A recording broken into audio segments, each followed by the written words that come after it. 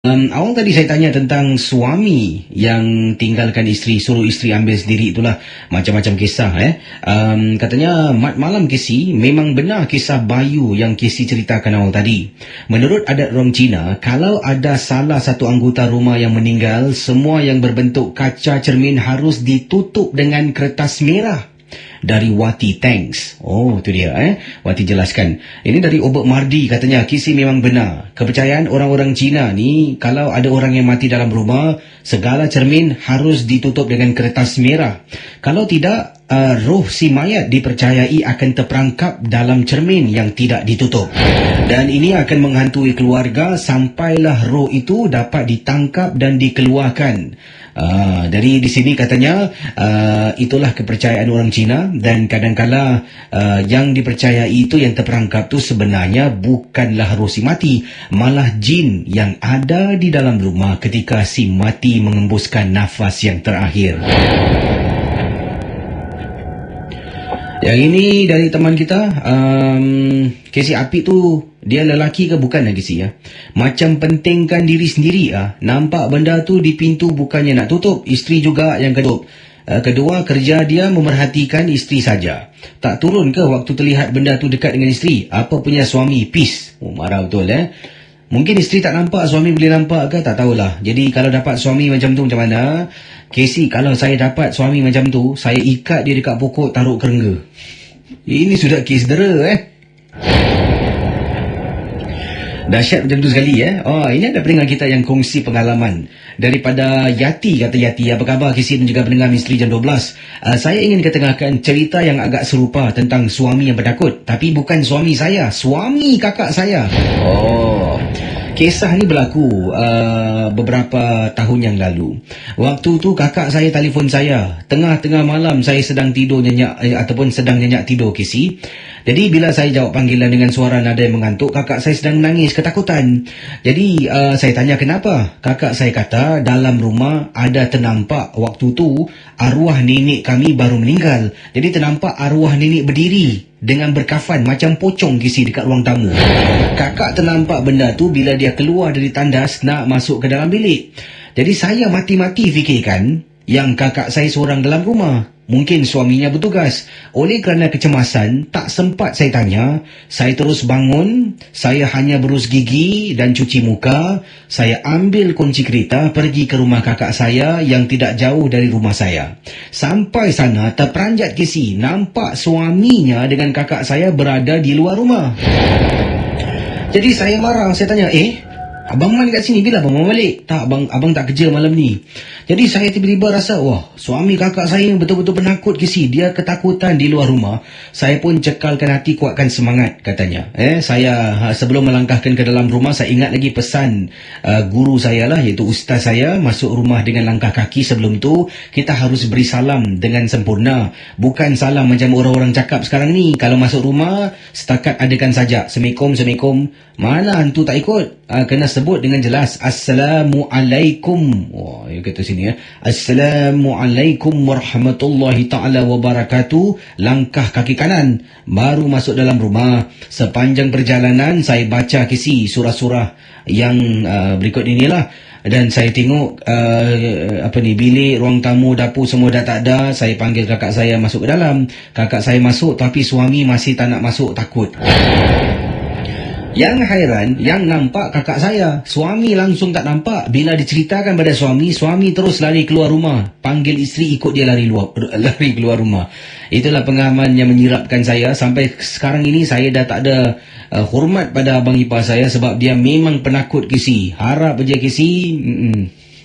Sampai itu sekali awak marah Dia kata, harap aja Casey 5 waktu tak lepas tapi penakut. Kisah-kisah yang anda dengar merupakan misteri jam 12. Tidak ada sebarang bukti yang boleh mengesahkan kebenarannya.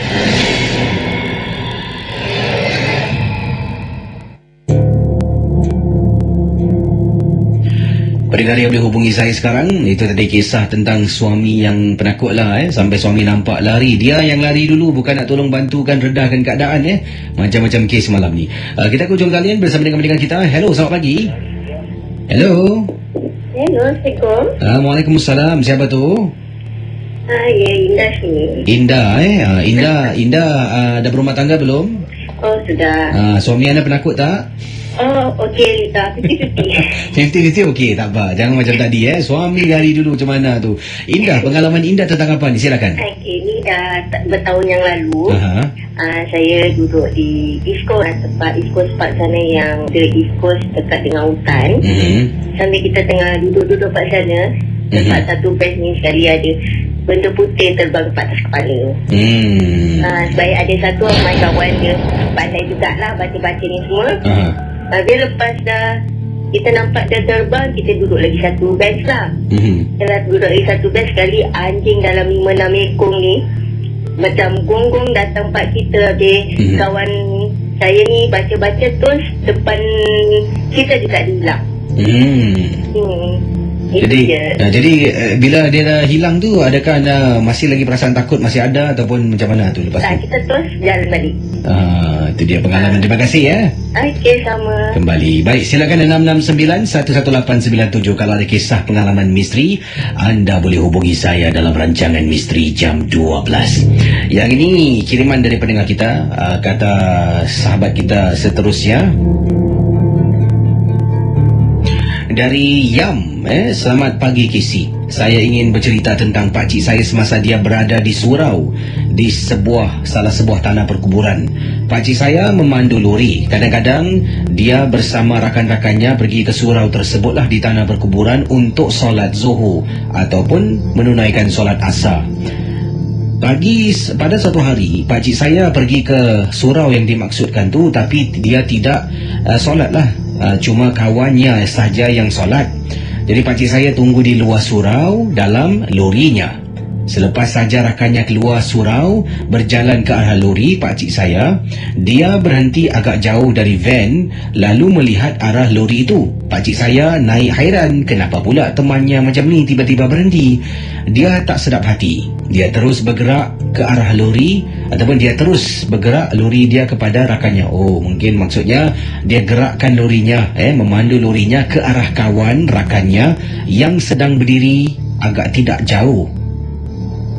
Tiba-tiba rakan dia tu tanya pakcik saya, kau dah ambil apa-apa tak tadi? Pakcik saya jawab yang dia ada ambil buah mangga yang pokoknya ada di luar surau. Rakannya terus suruh pakcik saya letak balik mangga tersebut dekat pokok yang pakcik saya ambil mangga itu. Dan kemudian suruh dia jalan dari tanah perkuburan itu dengan tidak memberitahu apa yang terjadi. Selepas saja mereka beredar dari situ agak jauh dari tempat itu, kawannya pun beritahu, tadi depan lori kau ada benda tak, kau tahu tak? Macam manusia berjanggut panjang melihat ke arah pakcik saya yang berada dalam lori dengan muka yang menyeramkan. Dan benda tu diri dekat situ sampai kau sudah keluar dari situ. Lain kali jangan ambil apa-apa kalau bukan milik kita tanpa kebenaran, katanya rakan yang memberitahu pakcik saya tentang kejadian yang dimaksudkan. Baik, kita ke hujung talian. Hello, selamat pagi. Hello. Hai, siapa tu? Wan Pin. Wan buat panggilan dari mana, Wan? Topayo. Wan ada pengalaman tentang apa, Wan? Silakan. Ada pengalaman ni actually mak saya lah. Apa yang berlaku? Mak saya tinggal Topayo juga, tapi blok 28. Oh. Itu kau susah datang ke sini. Silakan. Yang heran je, mak saya belanja lah ayam apa-apa tu untuk besok nak masak dan sebulan barang lah. Jadi besoknya mak saya nak masak, cari tantan, tantan hilang. Lepas tu nak keluarkan ayam, beli 3 ekor, 1 ekor hilang. Itu mak saya bilang, ni siapa punya kerja budak? Enggak apa, mungkin nanti saya ke masak. Mak saya buat bodoh lah. Habis, terus kan apa hari-hari macam barang hilang. Dengan last kali ni, dia mak saya buat hilang 200. Jadi apa yang berlaku lepas tu? Ada dapat diselesaikan masalah ni, hilang-hilang barang ni macam mana? Itu mak saya pun heran juga, asal duit pak dalam beg-beg pun hilang semua. Mak saya diam lah. Yang heran je, mak saya macam nyakan hati dia, nak tengok siapa yang ambil ke apa benda tak tahulah. Kali dia tidur atas kepala dia tingkap besar, tingkap bilik. Ada satu lembaga try nak cekik mak saya. Dia tingkap Ketika dia tidur Jadi apa yang reaksi ibu anda tu macam mana? mak saya macam dia dia perasan ada orang, dia buka mata. Kali dia cuma nampak tangan. Mak saya apa lagi dia melompat lah atas katil. Dan kemudian ada orang datang ke anda, tolong ke, bantu ibu anda macam mana? Tak, ni sebenarnya ni saya tengah cari rumah lah, sewa yang lain untuk mak saya tinggal. Pasal teruk lah sekarang ke belakang ni, ada kepala lah, ada apa-apa benda lah semua ni. Pasal KC saya tahu blok 28 tu susah datang lah. Kan dulu rumah tu, blok tu blok kosong. Oh, blok kosong Oh, ini dangerous ni Baru-baru bulan 7 tahun ni. Jadi kalau saya suruh anda tidur di rumah ibu anda ni, sampaikan salam sudah. terima kasih Okey.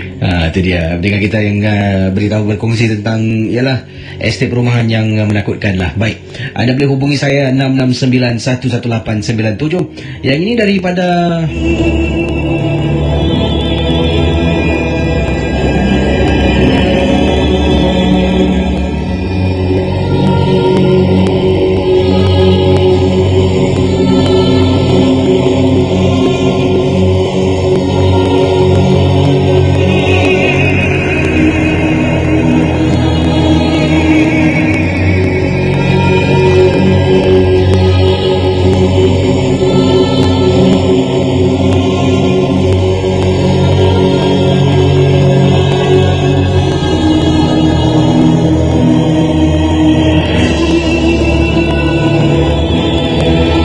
ini ada pengalaman dari pendengar kita daripada mana ni, Kak Saudah. Apa khabar KC? Ini pertama kali kakak kirimkan SMS pada KC. Minta maaf kalau kiriman ini tidaklah senang untuk KC bacakan. Kakak akan cuba sedaya upaya. Tak apa, terima kasih pada Kak Saudah.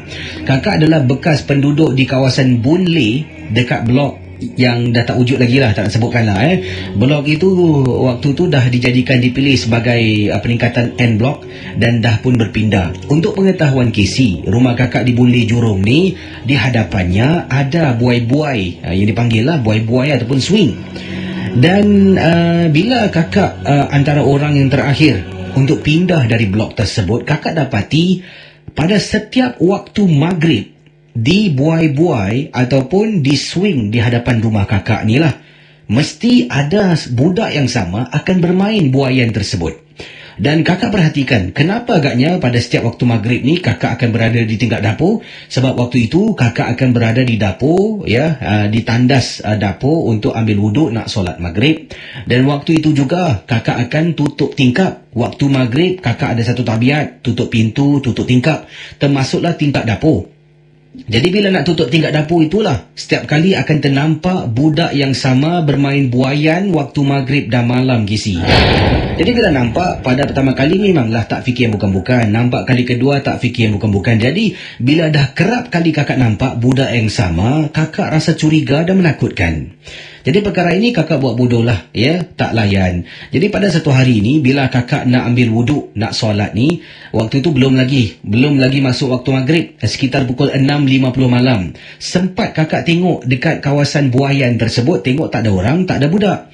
Jadi kakak pun tunggulah. Bila azan berkumandang, kakak pergi ke dapur, ambil wuduk, keluar dari tandas.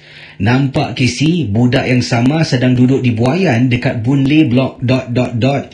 Sedang duduk bermain di atas buaian. Kakak pun rasa ada benda yang tak kena ni. Apa yang kakak buat, KC nak tahu.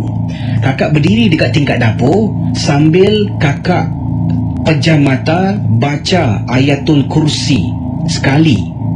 Kakak sembuh. Bila kakak sembuh dan baca ayat kursi, setelah kakak sembuh itulah, setelah baca ayat kursi kakak sembuh, pintu bilik rumah kakak dihempas dengan begitu kuat. Casey, benda tak kacau kita pergi kacau. Setelah kejadian itu Casey, penampakan budak yang sama dalam rumah kakak kerap kali nampak untuk beberapa hari mendatang. Sebab benda itu seolah-olah marah kakak mengganggu ataupun menghalau dia dari bermain dekat buaian tersebut. Bila kakak tengah solat, ingat lagi setelah kejadian malam tersebut tu, setelah kakak hembus 2 malam berikutnya Kisi, sedang kakak solat maghrib, kakak beri salam kiri, Assalamualaikum warahmatullahi. Kakak beri salam kanan, Assalamualaikum warahmatullahi. Terperanjat kakak di bawah katil, benda tu sedang baring. Sambil kepalanya pusing tengok kakak dengan muka yang berang seolah-olah tengah marah. Kakak dah tak tahu nak buat apa, tapi bersyukurlah Kisi gangguan itu hanya sementara, sebab 2 minggu kemudian kakak berpindah ke rumah yang baru. Kisah-kisah yang anda dengar merupakan misteri jam 12. Tidak ada sesiapa yang boleh mengesahkan kebenarannya. Jangan mudah kita percaya, jangan kita terikut-ikut. Ingatlah, NG12 hanya satu hiburan.